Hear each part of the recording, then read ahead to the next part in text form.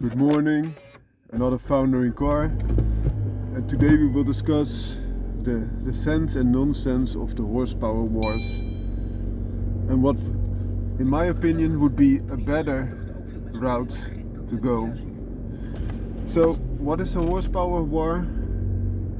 It's like a little bit like the Cold War that they, for example, Russia and the USA, and in that lesser sense Europe, we're stacking up nuclear weapons or other weaponry to just battle in a Cold War, so to say. It's not a real war, but you have something to deter the other to attack you.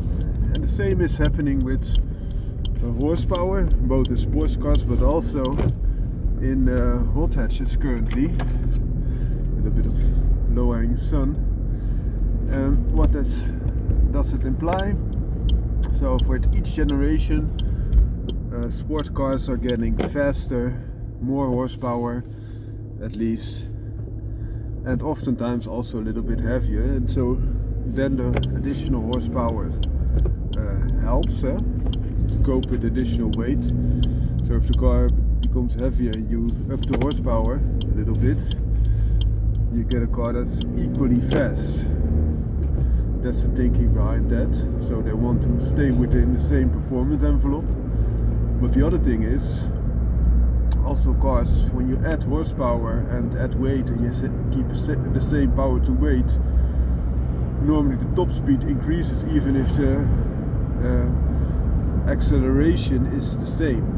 Another thing is that also they just want to be better than the competitors, or at least competitive with the competitors. So if the competitor adds a few horsepower, that could mean, especially in performance derived cars, they are based on performance, therefore it's stated like that. This includes hothatches.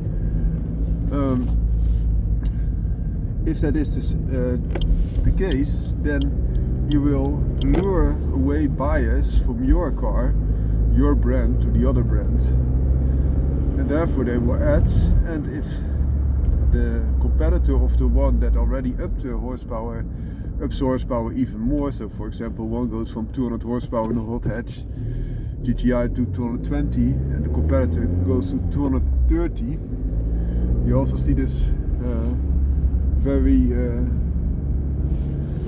clearly defined when you see direct competitors such as AMG A45S and A45 compared to the Audi RS3.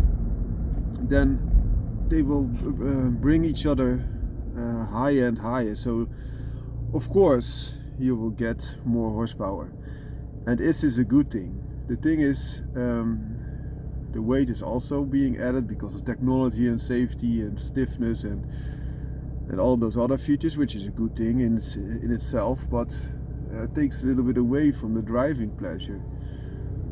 Whereas if you are adding horsepower, that's the thing that they can still do, even with the exhaust sound regulations and also the regulations that they have on the gases that come out, so and also the mileage that they have to go, so the miles per gallon that they have to make, or the amount of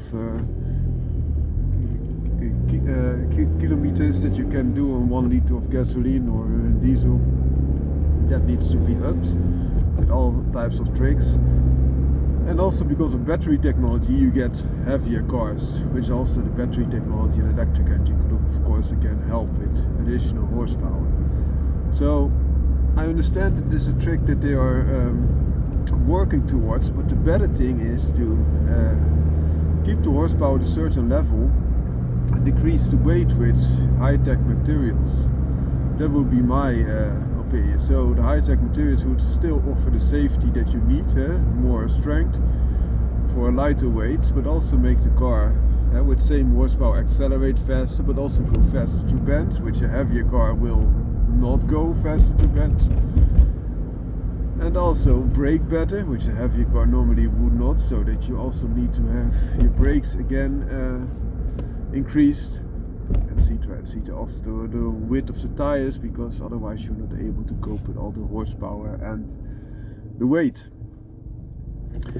And the benefit of this lightweight approach is that if you have a certain type of horsepower, you are very rarely able to exploit even 8/10 of the car on the regular roads. Whereas if you have less horsepower but also less weight, you're quite able to extract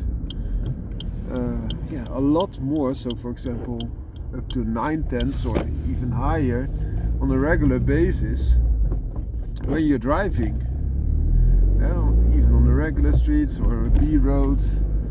And that's a very good thing to have, because by your ability to exploit your car gets a lot more interactive with you.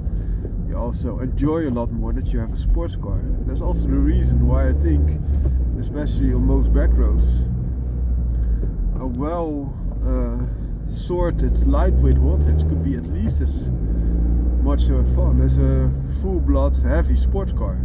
I think it will be more fun, so because you are able to exploit the potential and really enjoy it, whereas a sports car feels cumbersome a little bit if it's so heavy. It's more of a straight road crasher then. For example, let me refine that. If you have an Autobahn Stormer, a limousine that's very capable of driving at high speeds for long distances, e.g. the Autobahn, which is unrestricted still in Germany. This is the complete opposite to a nimble, very light hot hatch that is able to go very fast over trickery terrain. Also very capable of dealing with bends and braking on a repetitive basis without overheating the brakes, and also is able to just not overheat by constant acceleration, deceleration and taking the bends. So that's my opinion. I hope you like where I'm coming from. If not, please also let me know. The car I'm driving is a Suzuki Swift Sport.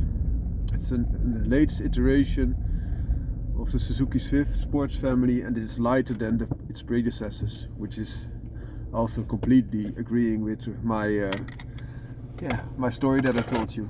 Have a great day. Foundering Car out.